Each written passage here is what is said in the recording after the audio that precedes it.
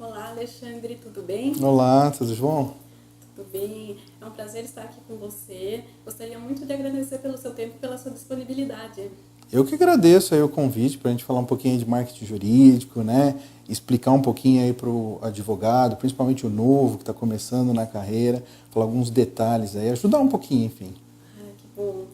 Então, eu vou começar te perguntando como você iniciou a sua carreira e como você chegou em seus livros Marketing Jurídico, Os Dois Lados da Moeda e o Guia Definitivo do Marketing Jurídico.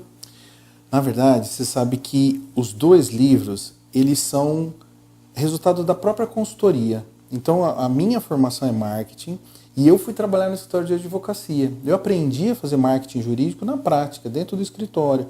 Eu cresci o escritório de 9 para 60 pessoas em 2 anos e meio. Então, eu acabei desenvolvendo uma metodologia própria que, quando eu saí do escritório e montei a Enrise Consultoria, eu apliquei essa metodologia, né? Eu gerei essa metodologia. E ao longo dos anos você vai vendo os resultados e eu quis trazer para os livros a metodologia, o conceito que a gente criou aqui e o tipo de resultado que a gente traz, né?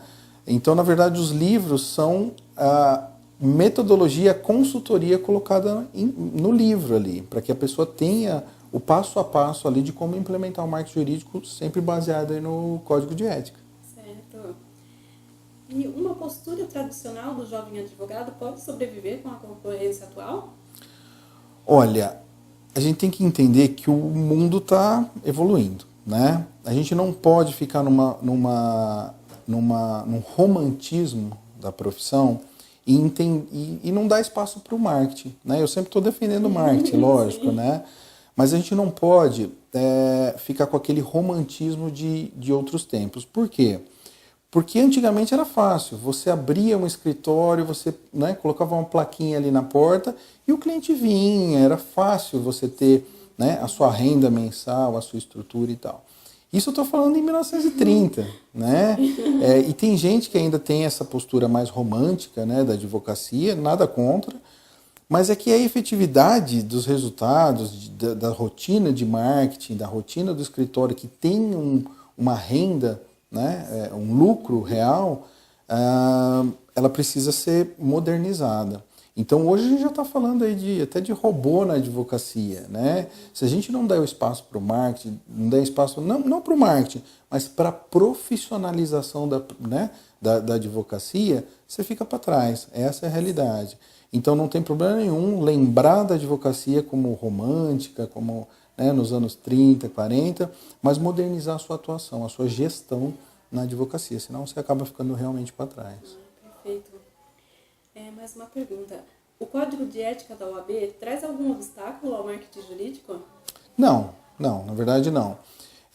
Eu até escrevi um artigo, na verdade, que um tempinho atrás o novo Código de Ética estava sendo, né, cozinhado aí, né? Estava ali no forno e estava quase saindo. E as pessoas estavam pedindo mais ferramentas, mais possibilidades de marketing.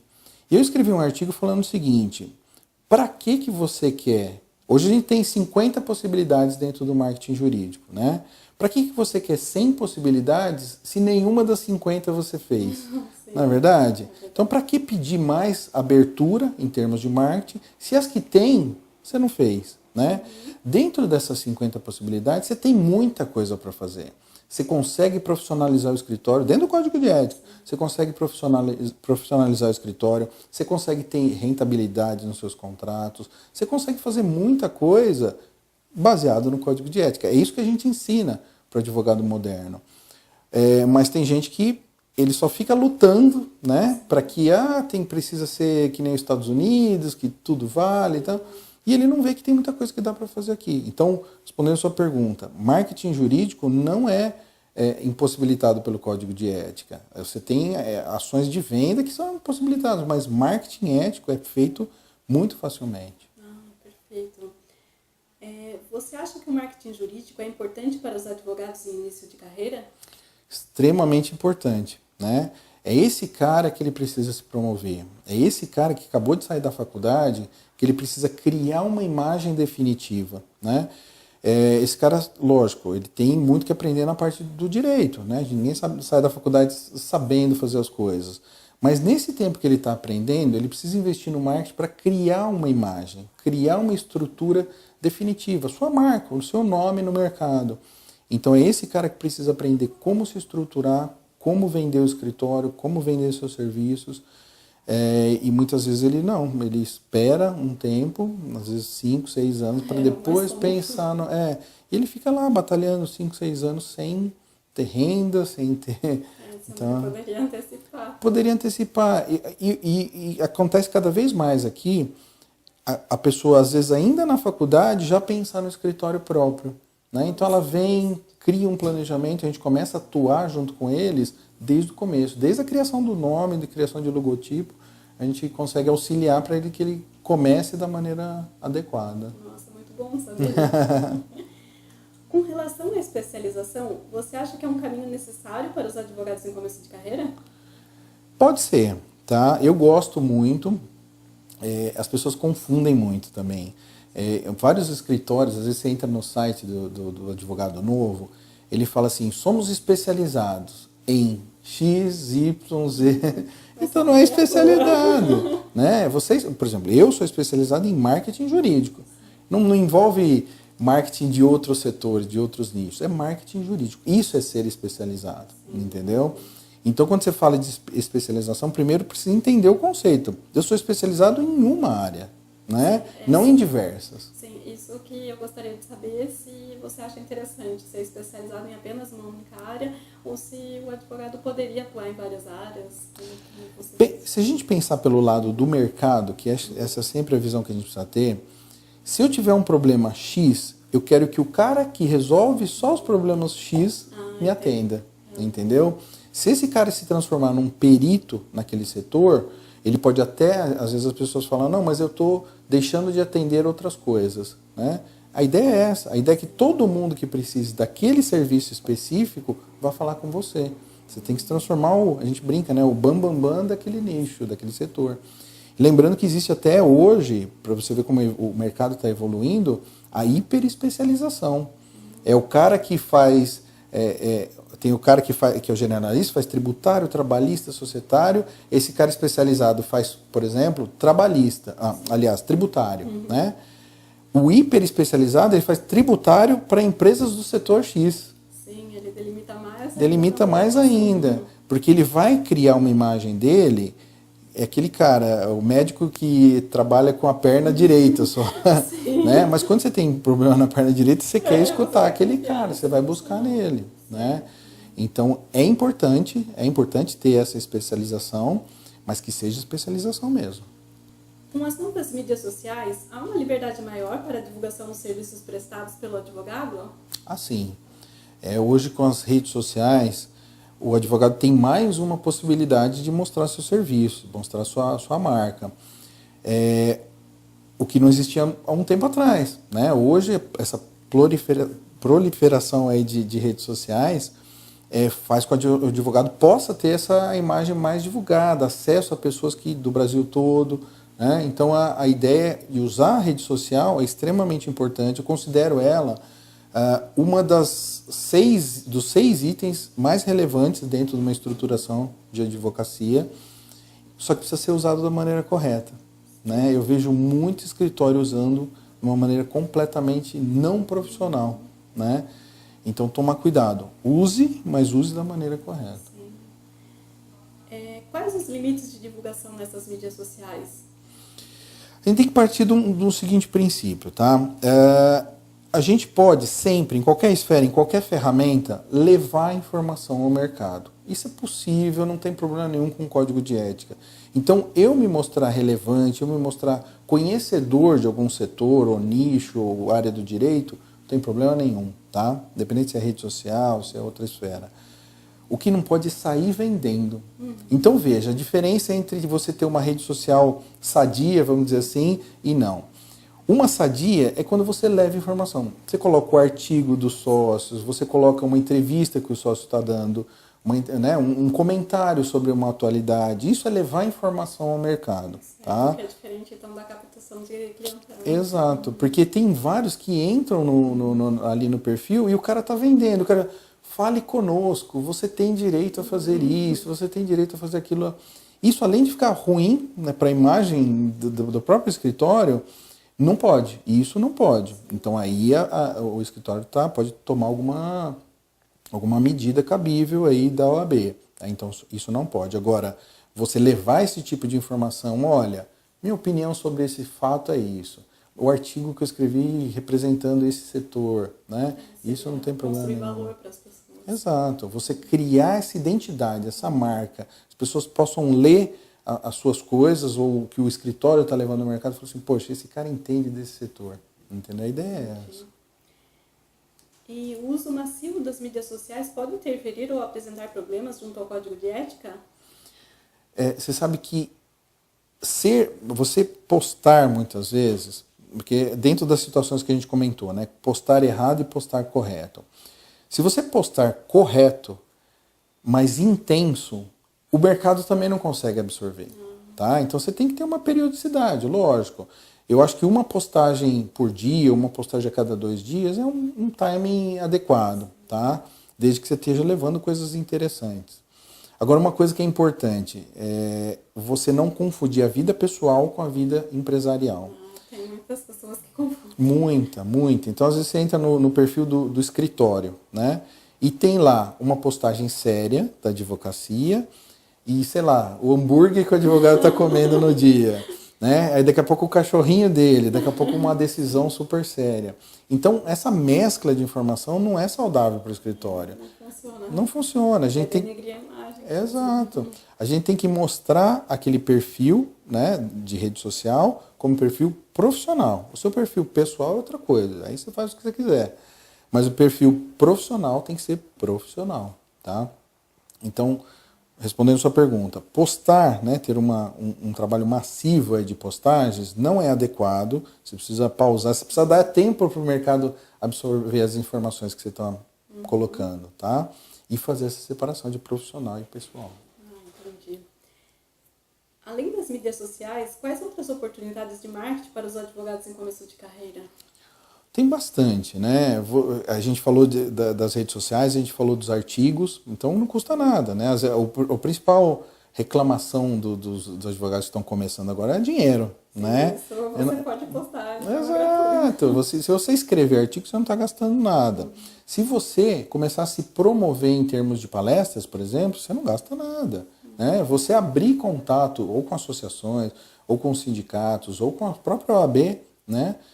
Você não gasta nada para ter isso. Você fazer parcerias, não gasta nada. O que falta, na verdade, é a motivação. É você sair da sua cadeira, sair de trás do computador e fazer as coisas acontecerem. Eu comentei no começo da entrevista que a gente tem 50 possibilidades de marketing hoje. Né? E essas 50 possibilidades estão acessíveis a qualquer um. No meu site tem todas essas possibilidades para a pessoa ler. Então veja, qual que não tem custo, qual que você pode implementar de imediato. Pode iniciar, né? Eu vejo muito problema as pessoas saberem o que precisa ser feito, mas não fazerem, né? O que acontece?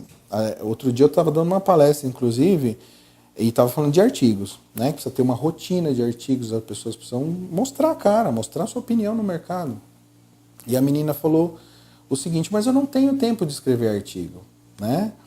Aí eu falei para ela, mas eu também não tenho tempo de fazer nada e eu tô aqui dando a palestra para vocês e eu já escrevi 2 livros sem tempo para fazer, porque eu arranjei tempo. Então você tem algumas escolhas, ou você vai assistir o jogo, ou você escreve um artigo. Você vai assistir a novela, né? Se você não faz, você não pode reclamar do resultado. Exato. Então a gente arranja tempo, essa é a realidade. Só que as pessoas às vezes não querem arranjar tempo, né? Querem mais o prazer do que... Exato. Então é preciso investir também um pouquinho. Certo. A próxima pergunta, inclusive, tem a ver com o que nós estávamos falando. Você vê a necessidade do advogado ter uma postura proativa na divulgação dos seus serviços? Completamente. Eu sempre brinco, o escritório é dele, a carreira é dele. Não é minha, do consultor, não é da pessoa de marketing dentro do escritório, é dele. Se ele não se esforçar, não vai acontecer, né? E eu brinco até com as coisas que eu não consigo fazer, né? Eu só falo para eles o seguinte, gente, se você não é proativo, só não reclame do destino do seu escritório. Você não vai ter tanto sucesso que nem o proativo.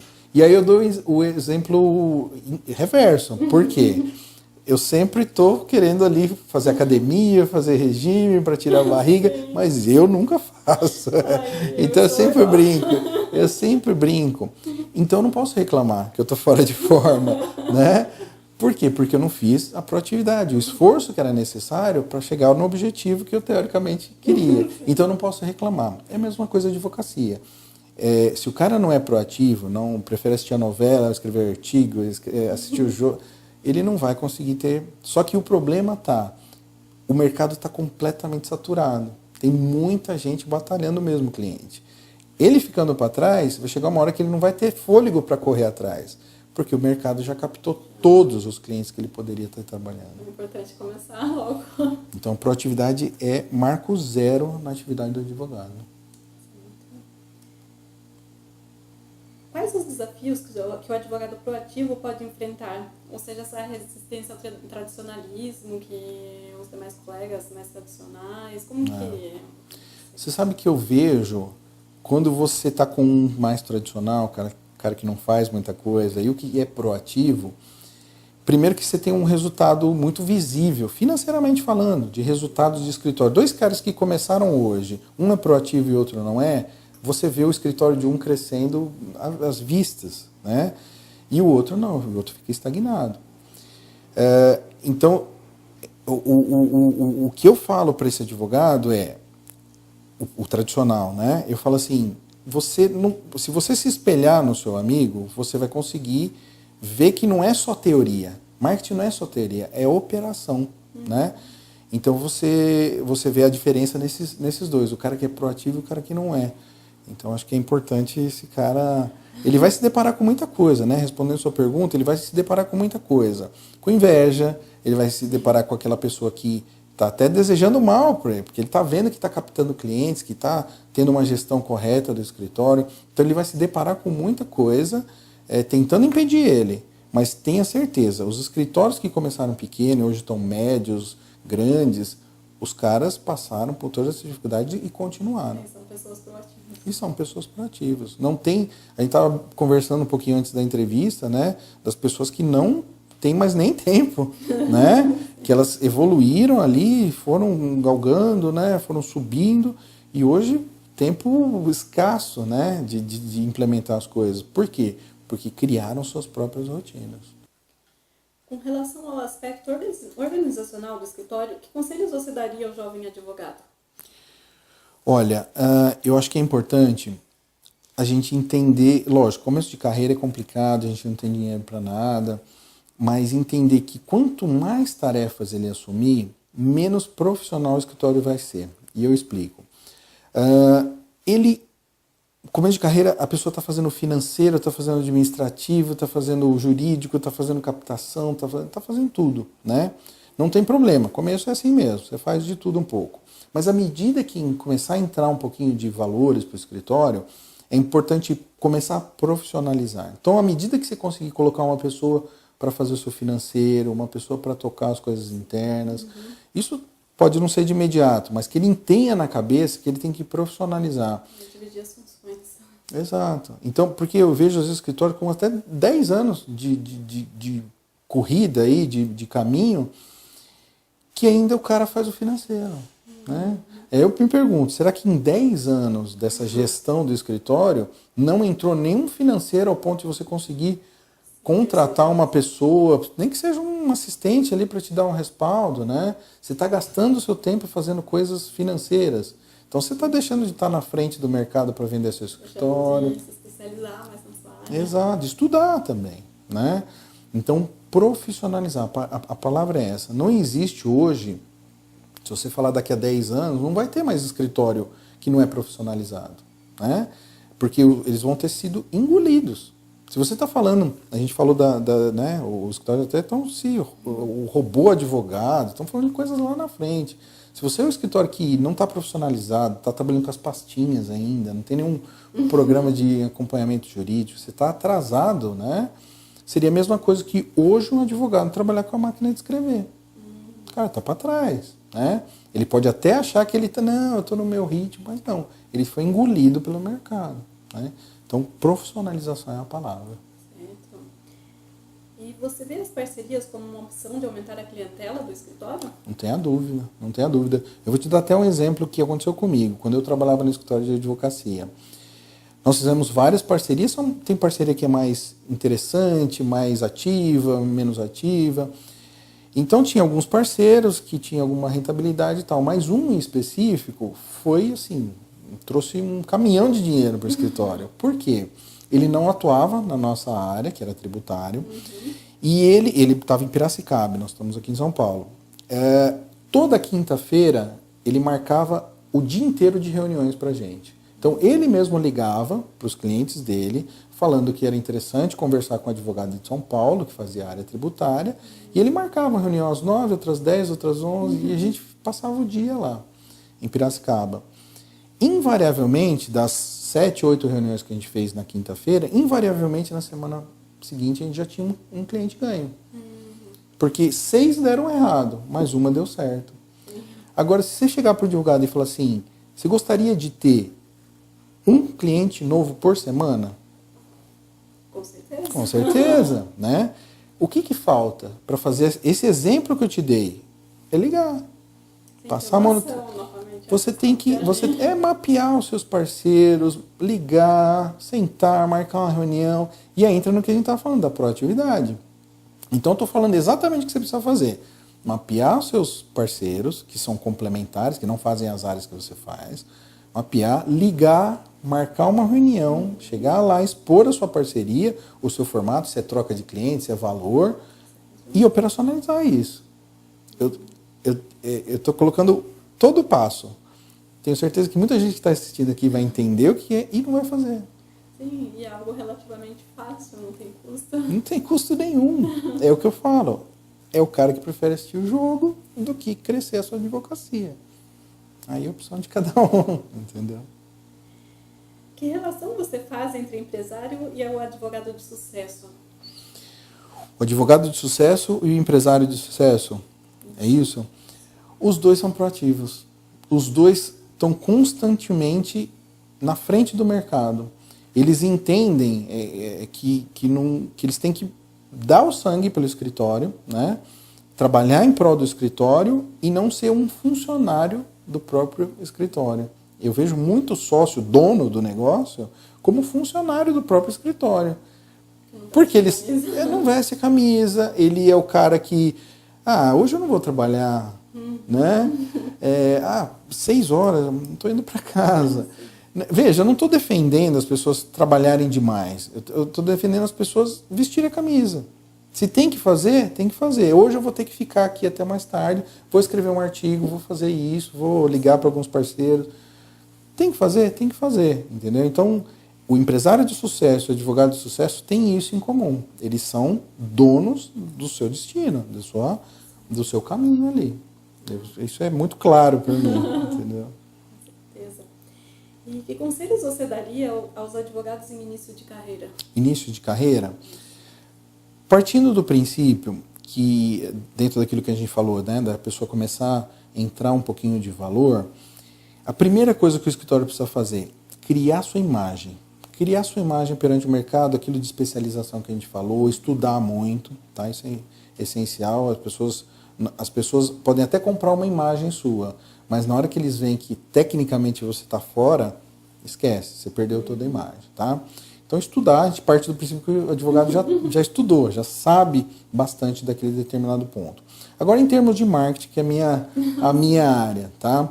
Criar essa imagem definitiva. Então, eu acho que tem 5 materiais, mais as redes sociais que a gente comentou, que o escritório não pode deixar de ter, que é o logotipo, o site, folder impresso, folder digital e a newsletter. Esses 5, em termos de materiais institucionais no escritório, são essenciais, tá? Então, se o advogado entrou algum valor para ele, ou se ele já puder investir já de cara, vá nesses 5 materiais. Tem escritório com anos que não tem. Não tem. E aí o que acontece? Eles falam assim, vou prospectar o mercado. Mercado, tenho 20 opções de advogados, tá? Aí você me cutucou. Aí eu me interessei por você, tá? Aí eu entrei, deixa eu dar uma olhadinha no site dos caras. Não tem site. Se eu tenho 20 opções para buscar, por que eu vou escolher o único que não está estruturado? Que não tem site, não tem folder, não tem nada, parece fundo de quintal.